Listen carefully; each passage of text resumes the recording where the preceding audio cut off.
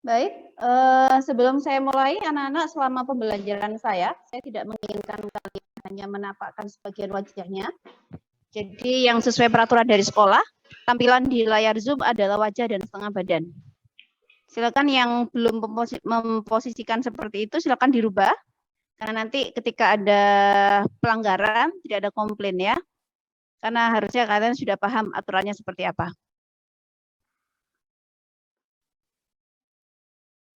Oke, saya ulang sekali lagi, yang tampak di layar Zoom adalah wajah dan setengah badan.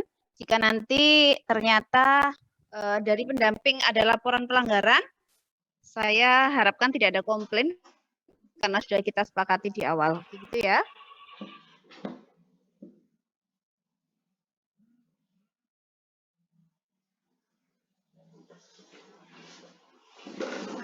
Cynthia Mayang, mana nih posisinya?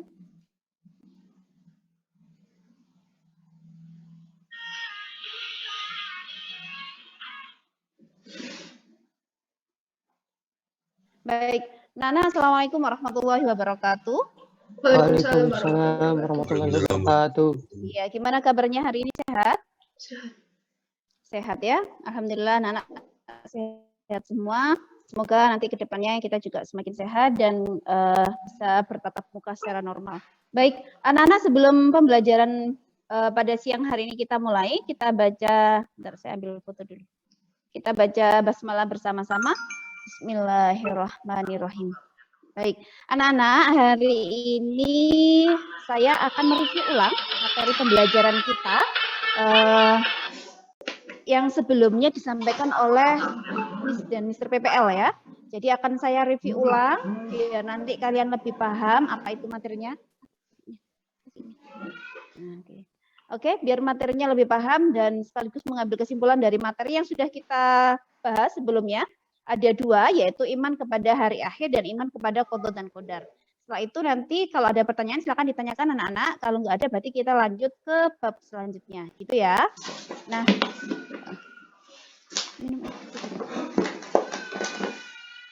oke. Nah, hari ini materi tentang iman kepada hari akhir. Nah, iman kepada hari akhir. Anak-anak, kalau kemarin kita belajar hari akhir, apa sih hari akhir itu? Ada yang tahu apa itu hari akhir?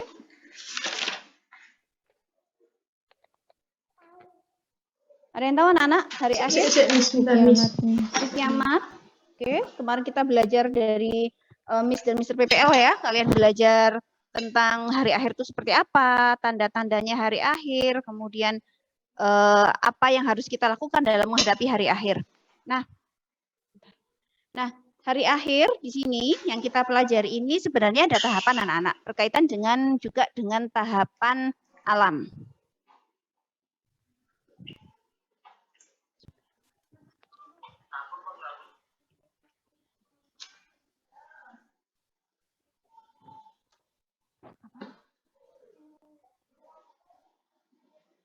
Bentar ya.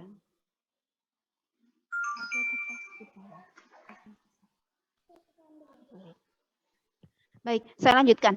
Anak-anak, iman kepada hari akhir. Nah, iman kepada hari akhir ini sebenarnya kita nggak lepas dari tahapan ya. Tahapan ini adalah beberapa step by step akan kita lewati selama kurun kehidupan. Nah, jadi sebenarnya yang pertama itu adalah alam ruh. Anak-anak sebelum lahir kita ada di sini. Jadi rohnya manusia, jadi kita tuh kumpul semuanya roh ada di situ. Baru kemudian Allah meniupkan roh kita di rahim ibu kita. Jadi barulah masuk alam kedua, namanya adalah alam rahim. Jadi alam kita ini sebenarnya sudah sekarang di sini, baru kita lahir.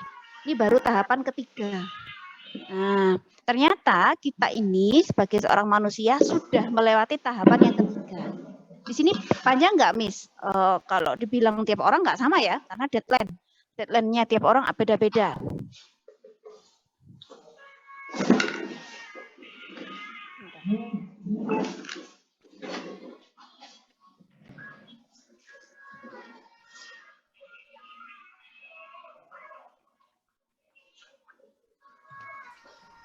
Deadline-nya tiap orang berbeda. Jadi Oke, deadline-nya tiap orang berbeda anak-anak. Ada yang masih bayi sudah meninggal, ada yang usia remaja, ada yang sudah tua, mungkin kakek nenek tetangga kita, ada yang sudah tua, ada yang masih muda. Nah itu tiap orang berbeda, karena berat bedanya ada di deadline tadi. Nah ternyata habisnya dari dunia ini kita masuk ke alam namanya barzah. Barzah itu alam kubur. Kita tuh di situ waiting ya, kayak sekarang waiting room gitu ya, ditunggu di ruangan. Kita nunggu semuanya di situ. Jadi orang yang ada di barzah itu sifatnya atau posisinya sekarang adalah ngenteni. Jadi nunggu akan dipanggil, akan dibangunkan. Nah, kalau sudah di barzah, ini berarti sudah nggak ada lagi nih waktunya untuk cari bekal. Jadi di barzah sudah pertanggungjawaban, kita nggak bisa sholat, kita nggak bisa zikir, kita nggak bisa puasa. Kita nggak bisa beramal baik, semuanya sudah selesai. Alam barzah sudah mulai menunggu tadi. Di alam barzah kita dewean, meskipun kuburannya kayaknya jajar-jajar loh, tumis. Ada kakek nenek saya, mbah saya, tapi itu semuanya di sana sendiri. Anak-anak kepengen dikubur dewean apa ada temannya? Enaknya mana nih? Sendirian apa ada temannya? Ada temannya. Ada yang berani ke alam kubur sendirian? Berani nggak berani dipaksa berani ya. Ada yang pengen ngajak teman nggak? Kalau nanti ketemu malaikat mungkar nakir mau digebukin tuh, kalau di Wian kan rasanya merinding ya, nggak ada temannya. Nah, di sini kita bisa ngajak teman. Biasanya misalnya cerita ini kalau di murid umi saya itu saya ajarin. Jadi kalau di alam barzah itu Rek, kalau nanti kamu punya tabungan yang banyak, kita di barzah itu enak ada temannya. Jadi misalnya kita baca Quran kita tuh jadi teman kita. Kita sholat tuh jadi teman kita. Kita puasa, kita sedekah. Nah, sedekah itu jadi teman kita. Dia akan muncul jadi sosok-sosok yang akan menemani kita. Jadi ketika malaikat mungkar nakir mau gebukin kita, mau nanyakan kenangannya buat apa aja nih, matanya buat apa aja. Nah, ketika kita rajin ngaji, rajin melihat sesuatu yang baik dalam artian baca Quran, belajar, maka itu akan jadi sosok-sosok yang akan melindungi. Jangan dari sini, matanya dia pakai untuk baca Al-Quran. Nah, seperti itu. Jangan tangannya dipakai untuk sedekah. Nah, seperti itu. Itu alam barzah. Jadi, alam barzah ini kalau butuh teman, nyarinya di sini. Di yang nomor 3. Karena dia nggak bisa dicari di alam lain. Di roh nggak bisa, di rahim nggak bisa, bisanya cuma di alam dunia. Kalau sudah di barzah, maka akan ditiupkan trompet kiamat. Malaikat siapa nih yang niup? Malaikat siapa nih yang niup? Malaikat Israfil. Nah, ada trompetnya. Kalau sudah tiup trompet, kemudian kiamat, maka kita akan dibangunkan anak-anak. Namanya adalah ba'at. Ba'at itu bangun, kita dibangunkan. Miss, kita ketemu nggak sama teman kita? Misalnya, oh itu Seril misalnya. Lihat kayak gitu, Miss. Iya, tahu. Oh, itu temanku yang dulu. Dulu ketoknya ganteng ya, sekarang nggak ganteng itu, Mbak misalnya. Nah, anak-anak kita dibangunkan sama, tapi wujudnya sudah berbeda. Kenapa bisa berbeda? Ada orang yang dibangunkan wajahnya ketoknya putih, padahal dulu kayaknya dia hitam loh. Tapi bangun-bangun dari kubur dia putih, wajahnya bersih. Ada yang bangunkan mukanya jadi kayak hewan. Ada yang mukanya gelap, hitam sama sekali. Ada. Kenapa? Karena tergantung amal perbuatan. Maka kan anak saran saya kalau wudhu kalian wudhu. Basuhan pertama kalian doa. Wa itu wudhu alirafil hadasil asghari fardholillahi ta'ala. Basuhan kedua itu kita doa Rek. Ya Allah, putihkan wajahku di hari kiamat nanti. Karena kita ini dibangunkan wajahnya macam-macam. Makanya lek wudhu ojo kuyonan, ojo senggol-senggolan sama temannya. Wudhu itu doa. Nah, gitu ya. Ya Allah, bacaan ketiga, jagalah mata, hidung, dan mulutku dari maksiat. Ini anjurannya Imam Al-Ghazali ini. Nah, selanjutnya, setelah ba'at, kita akan diberikan namanya buku catatan. Oh, maaf. Sebelumnya di buku catatan ada alam hasyar. Nah, alam hasyar. Alam hasyar ini kita dikumpulkan di padang mahsyar panas, luas, kita pikul bebannya masing-masing. Jadi nanti ketika kita datang tuh gak koper ngurusi temannya. Temanku tuh ternyata dosanya banyak, gak iso. Jadi tiap orang tuh sudah punya beban masing-masing dan kita nggak nggak akan bisa nutut ngopeni temennya punya dosa banyak, itu nggak mungkin. Julid-julid itu nggak ada. Semuanya tuh tanggung jawab ke dosa masing-masing gitu ya. Nah, di alam hasyr kita akan baris sesuai dengan apa? Sesuai dengan umatnya masing-masing. Jadi kalau merasa umatnya Nabi Muhammad, maka kita akan baris nih di umatnya Nabi Muhammad. Nabi Isa, iya, Nabi Isa akan dibariskan umatnya Nabi Isa, diurus barisannya Nabi Isa. Nabi Musa juga gitu.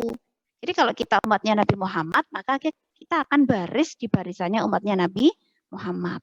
Kalau merasa umatnya Nabi Muhammad, merasa orang Islam, tapi ternyata sama Nabi Muhammad nggak diakoni.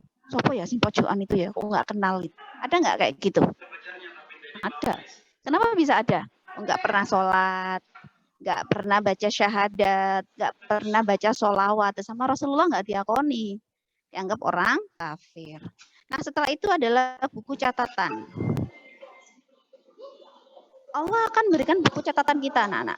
Jadi buku catatan mulai dari pertama sampai terakhir kita meninggal itu ada buku catatan. Nah, buku catatan ini diberikan Allah dari kita akan nampani, kita akan menerimanya dengan tangan. Nah, buku catatan yang baik adalah yang diterima dengan tangan kanan. Buku catatan itu bisa juga diterima dari tangan kiri.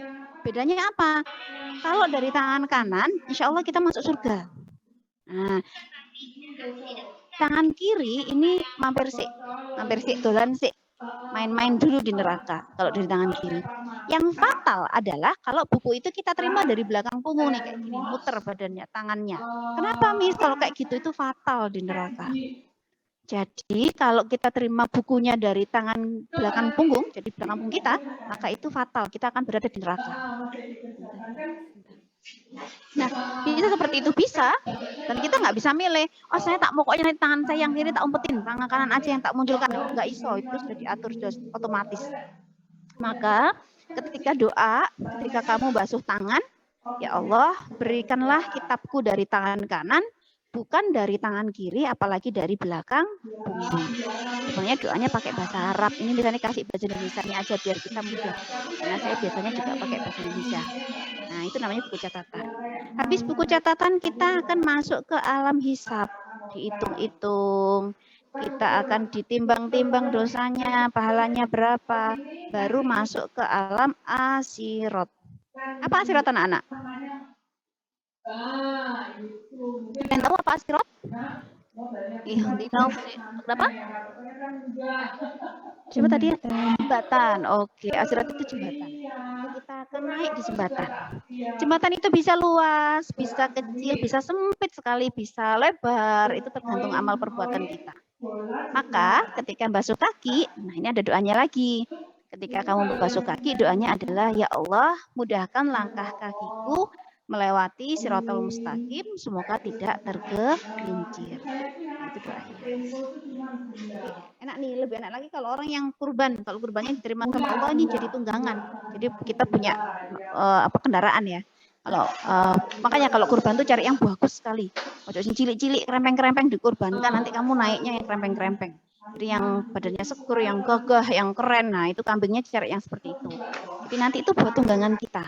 Nah, nanti kalau anak-anak punya rezeki sendiri, kurban. Kalau waktunya Idul Adha gitu ya. Nah, selanjutnya setelah asirat adalah jaza. Jaza ini adalah surga dan neraka. Sudah dibalas, ada balasannya sama Allah. Dikasih surga, apa dikasih neraka. Kalau sudah, namanya adalah fasal. Fasal ini penentuan. Apakah dia kekal di neraka? Apakah dia kekal di surga? Oke, sampai sini ada yang mau ditanyakan? Ada yang mau ditanyakan tentang tahapan? Misalnya review ini ya.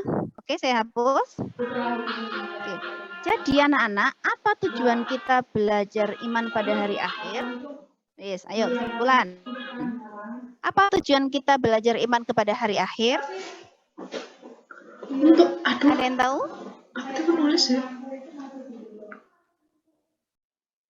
Ada yang tahu? Ada apa tujuan kita belajar iman pada hari akhir? Untuk mempersiapkan menghadapi hari akhir. Mempersiapkan menghadapi hari akhir. Oke, ada lagi yang punya jawaban lain? Ada lagi yang punya jawaban yang lain? Apa tuh namanya? Saya tanya, Setelahnya dunia tadi tahapannya sih akeh nggak anak-anak? Panjang nggak perjalanannya? Panjang. Perjalanannya panjang nggak? Panjang. Apa cuma sebentar? Setelahnya dunia. Kenapa? Panjang. Panjang ya. Masih ada sekian tahap tadi, dari berapa tadi? Lebih dari 5 alam. Maka semuanya ini harus dicari di dunia. Kalau kita nanti jatahnya umur 63, kayak Rasulullah itu umur 62 lebih ya, anggaplah 63. Sekarang kalian sudah umur anggaplah 17 tahun. Orang kono ini. Kira-kira kalau ini manut Rasulullah ya 63, berarti sisa waktu itulah yang akan kita gunakan untuk cari bekal sebanyak-banyaknya biar kita enggak keteteran di alam akhirat nanti, biar kita enggak kelaparan di sini, biar kita enggak kehausan di sini, biar kita punya uang buat jajan di sini, biar kita enggak bambong. Tahu bambong ya? Kalau bahasa Malang nih bambong misalnya.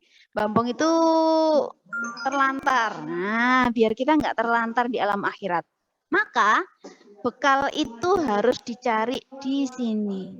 Anggaplah kita mau traveling yang panjang dan lama, maka bekal itu dicari di dunia, gak bisa di lainnya.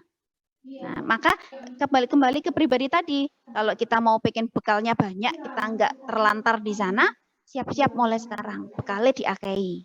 Jangan sampai di sana nanti kita terlantar, kita malah mengais-ngais makanan di pinggir jalan, kita malah nangis-nangis di sana, jangan sampai. Enak kan kalau sudah punya bekal yang banyak.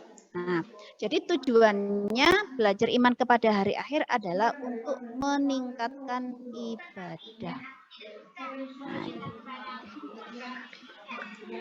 Nah, jadi tujuan kita belajar iman kepada hari akhir adalah untuk meningkatkan ibadah karena kita ingat mati. Nah, itu anak-anak. Jadi yang selama ini ibadahnya masih kurang, silakan diperbaiki. Yang sholatnya utamanya masih keter-keter, diperbaiki. Tanggung jawab pribadi loh ya, bukan joinan. Bukan sharing, bukan apa ya, bukan berbagi pahala, tidak. Tanggung jawabnya adalah pribadi. Jadi kalau kita misalnya pahalanya si A banyak, tak kasih kamu tak bagi-bagi, ya nggak iso. Karena sudah diri sendiri gitu ya. Oke, sampai sini ada mau ditanyakan? Nggak ada? Oke, saya lanjut ya. Di sana agak cepat nerangkannya. Iman kepada qada dan qadar. Kalau tadi kalian belajar iman pada hari akhir, sasarannya adalah ibadah kita ningkat. Kalau ini kira-kira apa, anak-anak? Setelah kalian belajar ada qada, ada qadar. Qada itu bisa tidak bisa dirubah. Kalau qadar itu bisa dirubah. Kira-kira apa sih tujuannya kita belajar iman kepada qada dan qadar? Mbak, di sana loh, Mbak. Biar ikhtiarnya nambah. Biar ikhtiarnya nambah. Ada lagi? Ini tadi yang jawab siapa? Mayang, Miss. Mayang. Kok dari tadi misalnya kayaknya dengar soalnya Mayang ya? Yang cowok-cowok yang lain-lain nggak ada nih? 12-2. Mbak Mayang. Ada lagi? Ada yang punya jawaban yang lain? Ini anak saya yang ganggu. Ada yang punya jawaban yang lain, anak-anak? Apa sih fungsinya kita belajar qada dan qadar? Kalau qada itu, kenapa siapa ini? Fajar, Miss. Fajar, Berprasangka baik kepada Allah, Miss. Berprasangka baik, oke. Oke, Fajar, saya simpan dulu. Ada lagi yang punya jawaban yang, kenapa? Juve. Apa Juve? Biar lebih banyak bersyukur, Miss. Banyak bersyukur, oke. Nah, oke, saya simpan dulu 3 jawaban ya. Anak-anak, qada dan qadar itu kita belajar tentang menerima takdir. Gitu ya. Qada itu sesuatu yang tidak bisa kita rubah. Contohnya qada ini apa nih? Yang kemarin sudah dibahas. Kematian dan kelahiran.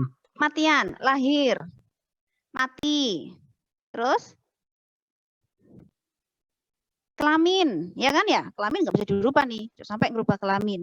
Terus fisik, fisik misalnya hidungnya biar mancung, dioperasi plastik. Nah itu ya termasuk pada merubah qada. Tanya Allah nggak boleh. Kalau qadar ini masih bisa diusahakan. Kenapa bisa diusahakan? Karena Allah itu tergantung pada prasangka hambanya. Tadi prasangka. Kita ini disuruh ikhtiar dulu, disuruh belajar dulu, disuruh usaha dulu, baru sama Allah dikasih. Itu namanya qadar. Qadar itu bisa kita minta.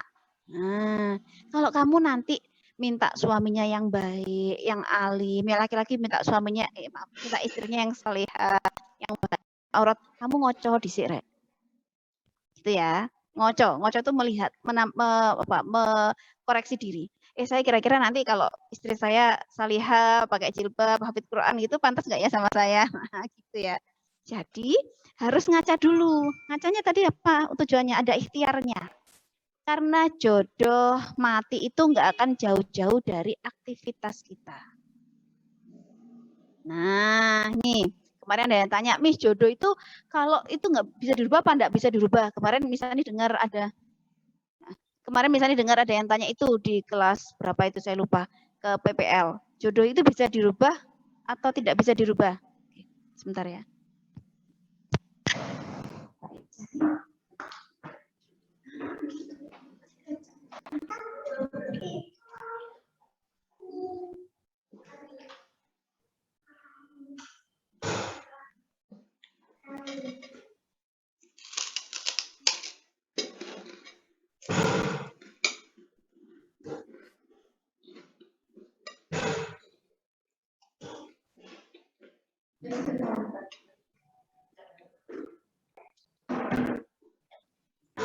Frozen.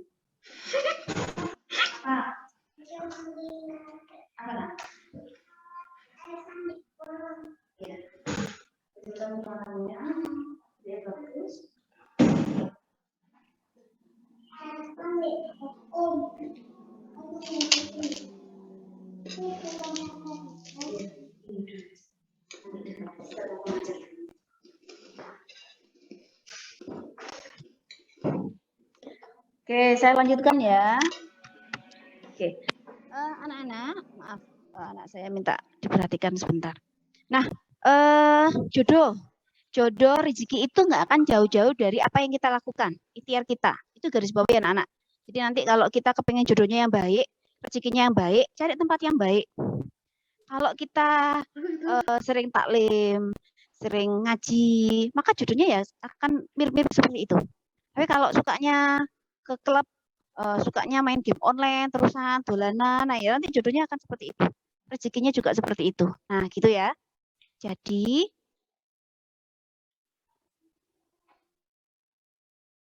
halo, cek, anak dengar suara saya? Oke, dengar ya? Oke, saya lanjutkan.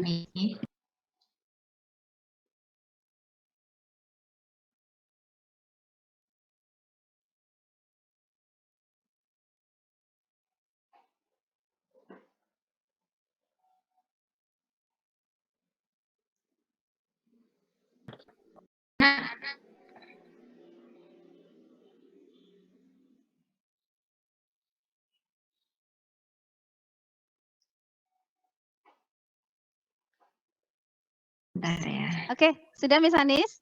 Oke, ampun. Terputus koneksi kayaknya di sini. Di lantai 3 ini agak. Nah, saya lanjutkan anak-anak.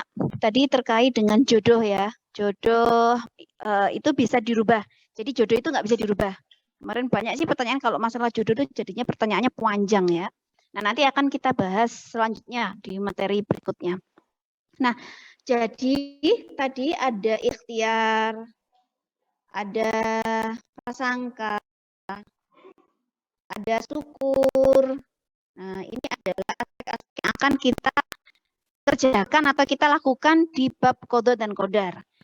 Kita syukur kalau dengan kita menerima qada Allah, kita dijadikan misalnya perempuan atau laki-laki, itu semuanya ada manfaatnya. Kita diberikan Allah dengan fisik seperti ini, bla bla bla dan sebagainya, dengan kehidupan ekonomi bla bla bla dan sebagainya. Di sini kita harus bersyukur, qanaah, nggak boleh malah ngersulo. Kita dilarang malah menghujat atau malah atau tidak bersyukur. Karena kalau nggak bersyukur maka sama Allah nggak akan ditambah nih nikmatnya, maka akan diazab. Nah, maka dan prasangka ini berkaitan dengan qadar. Untuk apa? Amanat. Jadi tujuannya kita belajar iman pada hari akhir adalah menimbulkan semangat bekerja bekerja atau belajar. Seakan-akan kita hidupnya lama sekali. Masa depanmu panjang sekali. Kamu punya ekonomi yang bagus, masa depan yang bagus. Nah, itu tujuannya kita belajar iman kepada qadha dan qadar. Oke, sampai sini ada yang menunjukkan? Nggak ada? Nggak ada ya? Oke, saya bersihkan.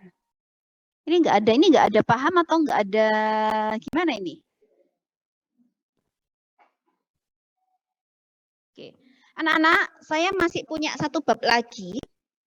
Bab itu adalah tentang Al-Quran, tentang surat Luqman ayat 13, 14 dan Al-Baqarah 18. Ini saya skip dulu ya. Jadi hari ini saya akan melanjutkan ke bab 5. Bab 5.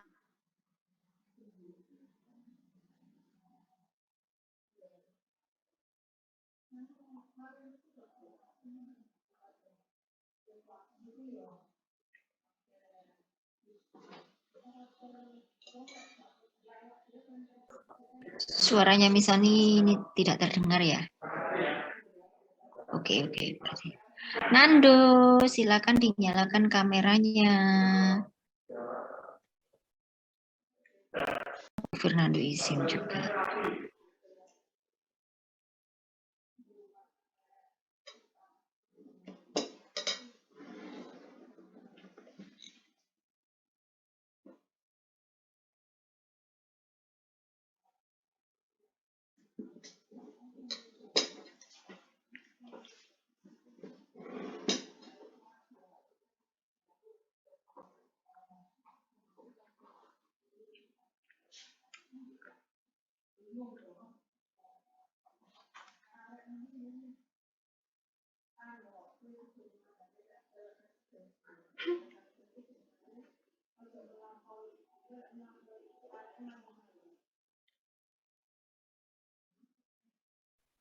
Tenang ya anak-anak ya, jadi sambil menunggu Miss Ani, silakan dipikirkan dulu, barangkali ada pertanyaan. Nanti ketika Miss Ani sudah masuk, silakan untuk ditanyakan kepada Miss Ani. Yang aktif bertanya ya.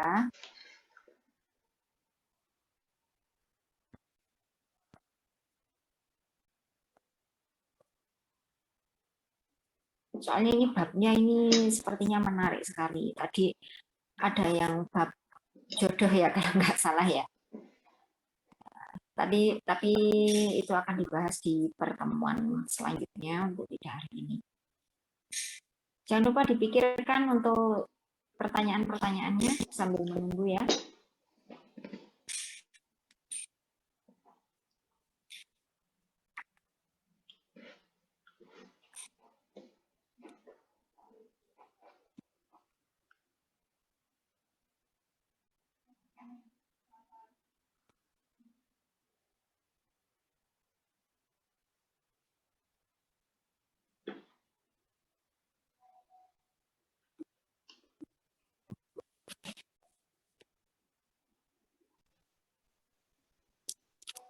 Oke, maaf ya, putus nyambung. Nah, bisa saya lanjutkan anak-anak ya? Monggo Miss. Oke, saya punya satu bab lagi yang masih saya simpan. Jadi bab ini saya skip dulu karena saya ngejar waktu. Bab bab Luqman, Quran surat Luqman ayat 13, 14 dan Al-Baqarah 83. Gitu ya. Ini saya simpan dulu. Saya masuk hari ini ke bab 5. Bab 5 itu tentang apa? Materinya adalah tentang munakahat. Apa itu munakahat anak-anak? Ada yang tahu munakahat? Munakahat ini adalah pernikahan. Nah, bekal buat yang mau menikah. Ada yang mau menikah di sini? Oh, nggak ada yang mau menikah ya? Mau Miss, tapi 21, 22 nggak ada yang mau menikah ya ternyata ya? Mau Miss. Oh, baru tahu saya. Kenapa? Oh, Rifki mau menikah. Yang lain nggak mau menikah? Mau Miss. kuliah dulu Miss. Kuliah dulu, tapi mau menikah kan? Nah, saya tanya dulu deh sama yang perempuan-perempuan. Yang perempuan dulu sih, ojo lanang, yang cowok-cowok diam dulu ya. Yang perempuan-perempuan, kalau kalau kamu mau menikah itu kira-kira apa aja sih yang harus disiapkan? Mental, Miss. Mental. Siapa ini? Ekonomi. Suaranya siapa ini? Mayang, Mbak. Iya. Ayo, yang lain? Kira-kira apa aja yang harus disiapkan kalau kita mau menikah? Apa? Apa, Nak? Kalau kita mau menikah, kalau kalian mau menikah, apa aja yang harus kita siapkan? Finansial. Finansial. Terus?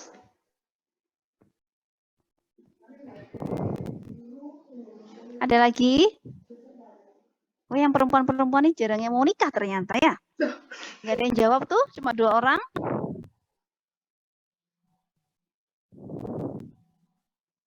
Atau malu?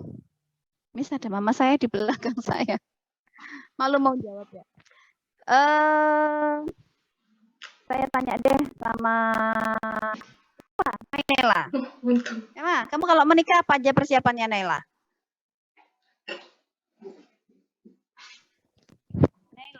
Naila. Tahu, Miss. Tahu? Apa yang harus siapkan kalau kamu mau menikah? Ramadhania. Calonnya, Miss. Calonnya. Oh iya ya, kalau nggak ada calonnya nggak mungkin nikah ya. Oke. Naya udah senyum-senyum nih. Naya.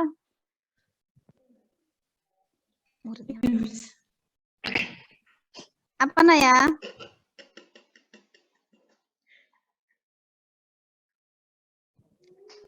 Naya? Gak tahu, Miss. Oke, wes pindah yang cowok-cowok deh kalau gitu. Yuk, cowok-cowok kalau kamu mau nikah. Kalau kamu mau menikah apa aja persiapannya? Angga?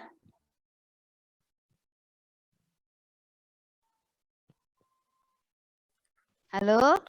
Harus punya rumah dulu, Miss. Harus punya rumah. Wih, Angga hebat, Rek. Punya rumah dulu.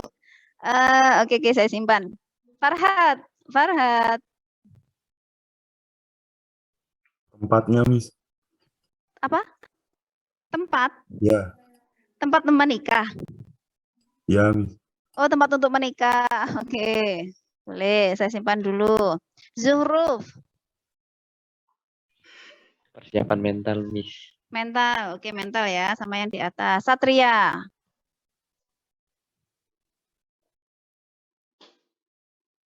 Satria. Tempat tinggal, Miss. Tempat tinggal. Oke. Reantar nggak bisa ya? Pakan. Komitmen, Miss. Komitmen. Waduh, komitmen. Janji. Oke. Saya simpan dulu. Yang Abraham. 12.1. Nadi.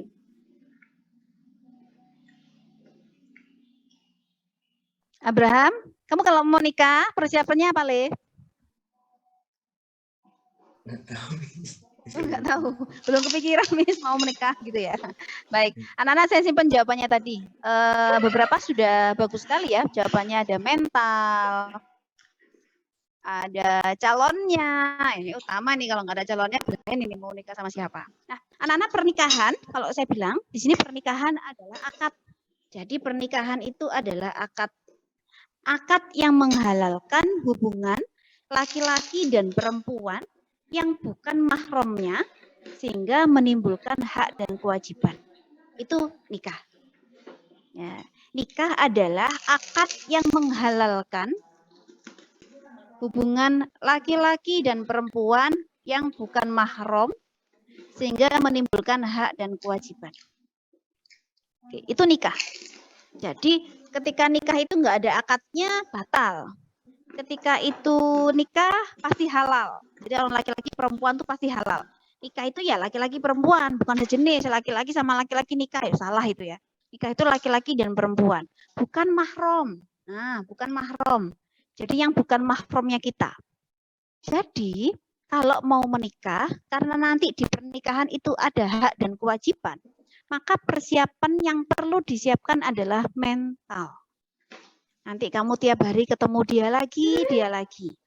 Kamu tahu dia ngentutnya keras ternyata. Oh, dia kalau bobok ngiler, ngorok lagi. Wah, itu eleknya keluar semua. Kalau masih pacaran, suka-sukaan, cinta-cintaan terus yang bagus-bagus semuanya. Nanti kalau sudah nikah, tiap hari nyebelin. Nah, itu mental, persiapan mental. Karena kalau mental nggak disiapkan, psikologi nggak paham, apa tugas istri, apa tugas suami, apa tugas bersama nggak paham, yang bisa kejadian adalah bertengkar. Nah, setiap hari gegeran aja. Nggak jadi keluarga yang sakinah, mawadah, warohmah. Karena usia pernikahan 5 tahun itu rawan anak-anak. Sebelum 10 tahun itu rawan. Jadi maka yang perlu disiapkan pertama adalah mental. Itulah sebabnya hari ini kita belajar bab pernikahan. Kenapa? Karena itu diberikan di kelas 12. Dianggap usia kalian adalah usia yang sudah siap untuk menikah. Nah, apalagi yang perempuan tuh, dulu saya pernah punya murid ya, lulus kuliah SMA itu langsung nikah ternyata. Jadi saya ini sudah punya cucu ternyata. Nah, gitu ya. Nah, karena usia pernikahan perempuan itu lebih dulu. Kalau secara undang-undang pernikahan, usia perempuan itu lebih awal daripada laki-laki. Ada batasan minimalnya secara undang-undang. Nah, ini saya hapus dulu ya. Nah, anak-anak menikah itu harus dengan bukan mahram. Apa itu bukan mahram? Ada yang tahu bukan mahram itu apa? Mahram deh. Ada yang tahu mahram? Tidak itu. Ada yang tahu mahram? Bukan serahim itu, Miss. Bukan serahim. Berarti beda rahim. Maksudnya tidak satu ibu gitu, Oh, Miss. tidak satu ibu. Iya, oke. Apa itu mahram? Ada? Faril bisa jawab Faril? Nah, Faril, apa itu mahram Faril?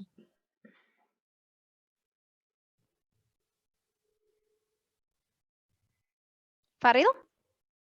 Mahram adalah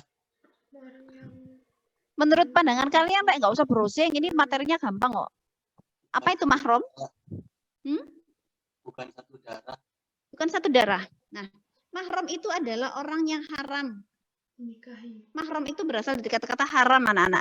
Jadi, mahram kita adalah orang yang haram kita nikah. Orang yang haram kita nikah itu namanya mahram. Kalau kamu biasanya bilangnya muhrim. Nah, gitu ya. Kalau kamu senggolan sama temanmu, nggak boleh, bukan muhrim. Nah, itu sebenarnya adalah bukan mahram. Karena mahram itu adalah orang yang haram kita nikah. Siapa mahram kita? Kalau yang perempuan, mahramnya adalah ayah kandung. Adik laki-laki kandung. Kakak laki-laki kandung. Om dari ibu kandung. Om dari bapak kandung. Pak D dari bapak kandung. Pak D dari ibu kandung. Dari ibu yang kandungnya ibu maksudnya ya. Kakek kandungnya ibu atau kakek kandungnya bapak. Itu mahramnya perempuan. Gitu ya. Bisa dipahami ya? Kalau mahramnya laki-laki, Miss. Laki-laki mahramnya siapa? Ibumu kandung, nenek dari ibu atau dari bapak yang kandung, adik perempuan kandung, kakak perempuan kandung, tante kandungnya ibu, adik kandungnya ibu, tante, bude kandungnya ibu atau bapak. Nah, itu termasuk mahrammu. Berarti kita nggak boleh nikah dengan orang-orang tadi. Gitu ya. Kita nggak boleh nikah nih dengan mahram. Berarti alasannya adalah sedarah atau kandung. Ini namanya mahram. Sebab sedarah atau sebab kandung. Sebab yang kedua adalah sebab nikah. Siapa itu? Mertua. Saya sudah nikah, saya salim sama bapak mertua saya, itu tidak membatalkan wudhu. Karena bapak mertua saya adalah mahram saya. Dari sebab nikah saya sama anaknya. Nah, gitu. Jadi nanti kamu kalau punya suami atau punya istri, salim sama orang tua kandungnya, meskipun beda jenis, itu nggak apa-apa anak-anak. Jadi itu mahram, karena sebab nikah tadi. Yang ketiga adalah sebab rodoah. Apa itu rodoah? Rodoah adalah sepersusuan. Saudara ASI. Nah, itulah sebabnya anak-anak kalau nanti misalnya ada di luar ada bank ASI, ada orang yang donor ASI, berarti dia harus kenal dengan jelas siapa anak yang diberi ASI. Karena apa? Hubungan anaknya dengan anak yang diberi ASI itu adalah mahram. Nggak boleh nikah. Jangan sampai orang tua nggak ngerti, terus nanti anaknya ke depannya udah besar, saling suka terus nikah, nah ini haram. Harus dibatalkan, Miss.